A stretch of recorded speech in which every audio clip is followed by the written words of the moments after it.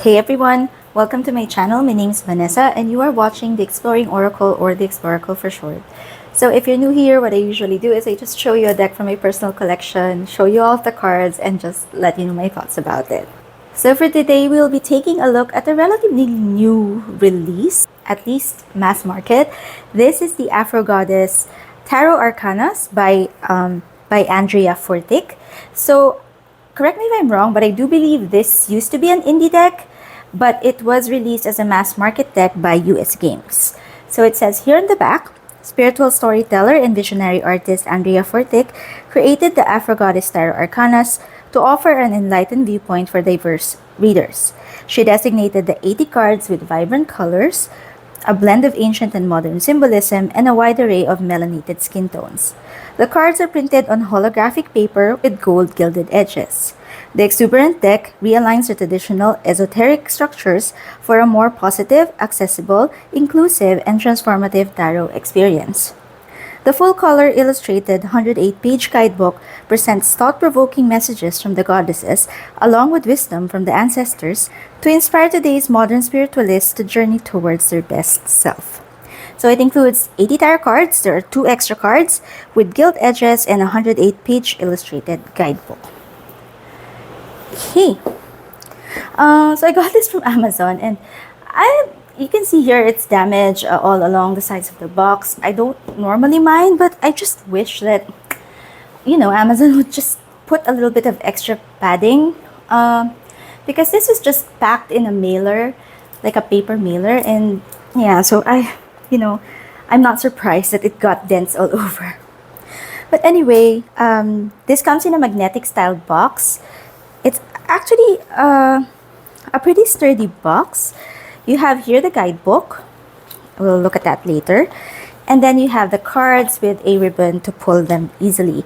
Now, I must say, I really don't like these types of inserts because they're not exactly that sturdy, as you can see. But at least the cards don't have any risk of falling, inside. But yeah, I just wish it was like glued on or something, or maybe even just the size of the actual package, or they could have shrunk the guidebook a little bit more so that it would fit the size of the cards better. So let's put that to the side. Okay, so let's take a look at the guidebook first. So this is the guidebook for the Afro Goddess Tarot Arcanas, and this is copyright 2023 by US Games. A tarot deck for the melanated goddess. Feel free to pause if you want to read the dedication. And I do want to highlight here a phrase. So it says here, the Afro Goddess Tarot Arcanas is a deck system designed exclusively for the innate spiritual connections of the melanated woman or man. Now, I do understand that this is created specifically with that demographic in mind, but it does kind of feel a little, I don't know the exact term, but I personally feel a little bit iffy now about using this deck because I feel that I wasn't the target demographic when they created the deck, and I don't know if there would be some people who would be judging me for the fact that I own this deck. I was just really drawn to the colors, and I do have the utmost respect for this deck and the work that Andrea created. So I don't know, it's something about that phrase just kind of triggered me a little bit. I don't know, I'm just trying to enjoy, and I do want to note that even though I might not be the target for this particular deck, I do like it. I was drawn to it, and I will do my best to enjoy working with it. But anyway, going back to the guidebook, just a mini rant aside, you have some spreads here. So I have some 3 card spreads, then some information about a yes or no answer. And then for each card, so you have here for the major arcana, you have a little thumbnail and the name of the card and the meaning. And it goes all the way actually to the minors. So it roughly has the same amount of detail, which I like. There's no wasted space. The font size is just right. I mean, especially for me with vision problems, this is really a good size for the font for me to read. It pretty much goes all the way to the end, and then you just have some information about the author and some ad for US games. Anyway, so that is the guidebook. Now for the cards, you can see here, these are the cards. They are smaller. They are smaller than standard tarot size. So I have here a standard tarot size deck. So you can see the size difference. Roughly the same width, but definitely shorter. Oh, okay. So these are the backs. They are not reversible. It is gilded or with this foil design.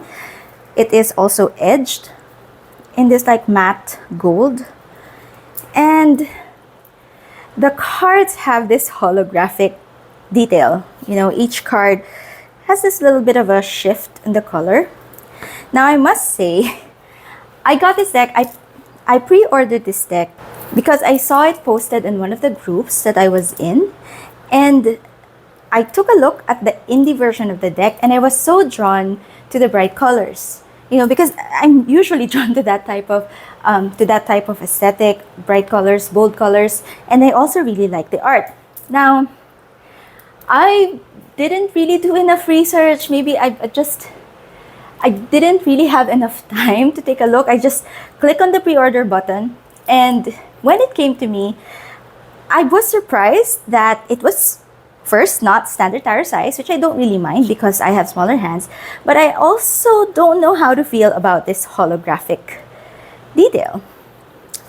To be fair, it doesn't really distract, or it's not blinding. I think it's well done, to be honest, and I think that most people would find it really interesting and really quite beautiful. But I feel that with this type of printing and this type of design, it kind of muted the colors that I was initially drawn to. So I'm not sure how I feel about it. I don't hate it, but I don't necessarily like it either, because I really was hoping for that bright, bold color and the art that I was initially drawn to. Now, mind you, I don't really know if the original indie version also wasn't printed like this. Again, I didn't really have time the past few weeks to look into decks much. It's just been busy. It's just been really busy. But yeah, if you have the indie deck version, would you let us know? And if you have this version, what do you think about this hollow printing? So I don't really know whether to call this matte, or I guess it's matte with a hollow printing. But yeah, and it's a little bit smaller than standard tarot size. But anyway, let me just zoom in so we can take a closer look at the cards. Okay, so it is mostly borderless, just the name at the bottom, numbered with the name of the bottom at the bottom. And again, it's not overly holographic. So I've seen some other decks that are, I'm gonna say way worse. I mean, it's much more reflective, holographic, which makes it a little bit more distracting. And to be fair, this one isn't. So I think if I just didn't have that expectation that it would be really bright and bold and matte, or I don't know, I just had this feeling that it would have been like a matte cardstock, then I wouldn't have that initial disappointment about how it's printed. But other than that, I still really do like the art. It is definitely something that I don't have in my collection yet. And I'm actually drawn to another deck that's created by a Black creator. It's the Black Femme Tarot. I really want that deck, but it's also a little bit high up there in terms of price point that I don't know. And I'm just glad that at least this version, this came out mass market so that it's a bit more accessible to more people. I mean, look at the art, right? It's really beautiful. I find it really beautiful. I like this devil card. Tower. And it's still pretty much RWS symbolism, imagery. So it is quite familiar for most cards because the moon depiction is a little bit different. But, you know, you get the idea. This is the sun. Judgment. And the world. Then you have the extra cards, the Supreme, and the Universe. This is really beautiful. Okay, now let's move on to the minors, starting with the Suit of Swords, Ace, 2 of Swords, 3 of Swords,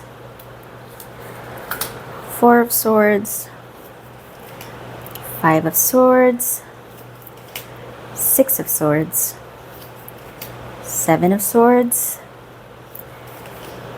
8 of Swords, 9 of Swords, 10 of Swords, Daughter for the Page, Sun for the Knight, then you have Goddess for Queen, and God for King. As always, for the flip through, feel free to speed up, slow down, or even pause if you want to take a closer look at the cards. Ace of Wands, 2 of Wands, 3 of Wands, oops, 4 of Wands. It is kind of sticking a little bit, so we'll see how it is when we shuffle. 5 of Wands, 6 of Wands, 7 of Wands, 8 of Wands, 9 of Wands, 10 of Wands, Daughter, Sun, oops, Goddess, and God. By the way, I don't know if you are hearing like a buzzing at the background. I do have my fan on. I also have my AC on. It has been incredibly hot here in the Philippines. I think it's been our hottest summer so far, or at least in recent memory, that we've actually been getting some fires. Like part of our airport parking caught fire like a couple of days ago with 19 cars damaged. And I don't know, it's just it's not the usual heat, it seems. And yeah, so I can't, it's been really hot, and so that's why I have my fan on. So I'm sorry if you're hearing that or if it's getting picked up by the mic.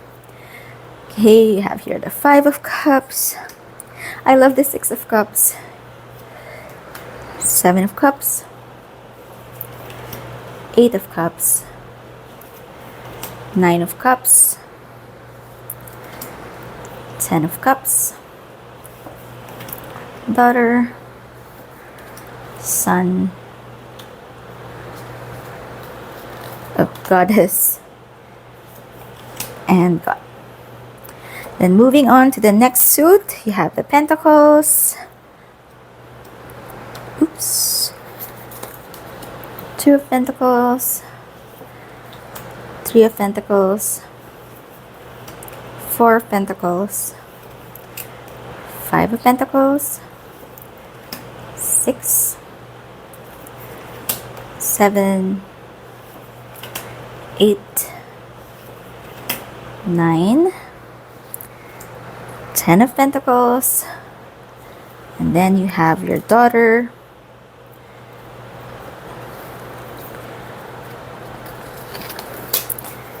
Sun,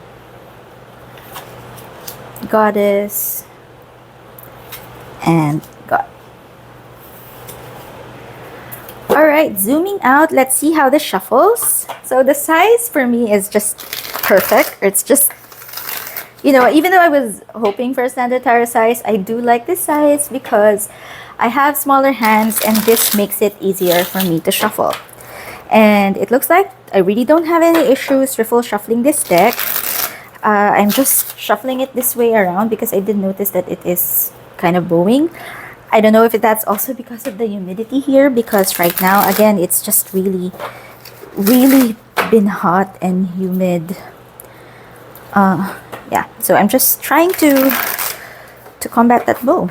Yeah, but no issues with riffle shuffling. Overhand, we already have a jumper. Yeah, it doesn't seem to... Two jumpers. Doesn't seem to clump that bad. Actually, it seems to be loosening up. So I think with use, I won't have any issues with this deck. Now I have two jumpers here, but I think I'll just read for the first one, so which is the Daughter of Pentacles. Because the guidebook entries are quite a little bit long, and I usually struggle with reading for some reason. So let's just check the guidebook and what it says about the Daughter of Pentacles. Okay. The Daughter of Pentacles brings forth a new advancement at the beginning of a project or venture. This goddess indeed has the Midas touch, as all she touches certainly turns to gold, and she is now beginning to see it. She holds this pentacle to examine it and create a plan to obtain more. In the background, the lights shine from the city. However, not all the lights are on, signifying there may be some unforeseen challenges. But this goddess is ready to conquer the task of magnificent manifestation.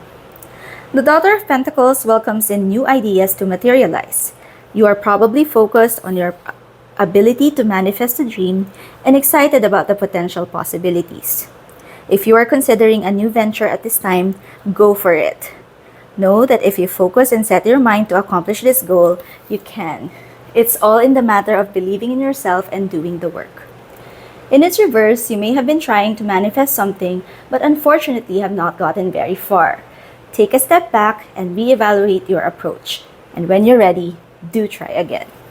Now, this type of guidebook, or how it's written, I like. You know, it's practical, it's easy to understand, and I really don't have any big issues about it. I mean, I still, again, it's just, I think, like an expectation versus reality kind of moment when I received it and saw that it was holographic. But if I didn't have, I don't know, some set expectations in mind, I think this would have been a welcome surprise. And it is beautiful. It is illustrated quite well. I mean, I really like this style. Again, if it seems like, again, I do feel a little bit of, feeling a little bit, it's not being left out, but it's like, I don't know if I'm supposed to use this deck, you know, because of the term that it was just exclusively created for melanated women and men, and I'm just, I don't know. I think I understand that this was probably created because there was a lack of representation in some other decks, but just owning it now, even though I am Asian and considered a person of color, I just kind of feel like some people might judge me for owning this deck. And I don't know, maybe that's the worry that kind of makes me overthink this entire situation. I know I probably am, but yeah, it just is at the corner of my mind when I use this deck, or I just don't want to feel like I'm being judged for using something that I'm not supposed to. I don't really have much more to say about this deck, but I do hope that I get over that and really start enjoying and getting to know this deck a little bit more. But anyway, that has been the flip through of the Afro Goddess Tarot Arcanas by Andrea Furtick. If you find this video helpful, don't forget to click on the like button and do consider subscribing to my channel. See you again next time. Bye!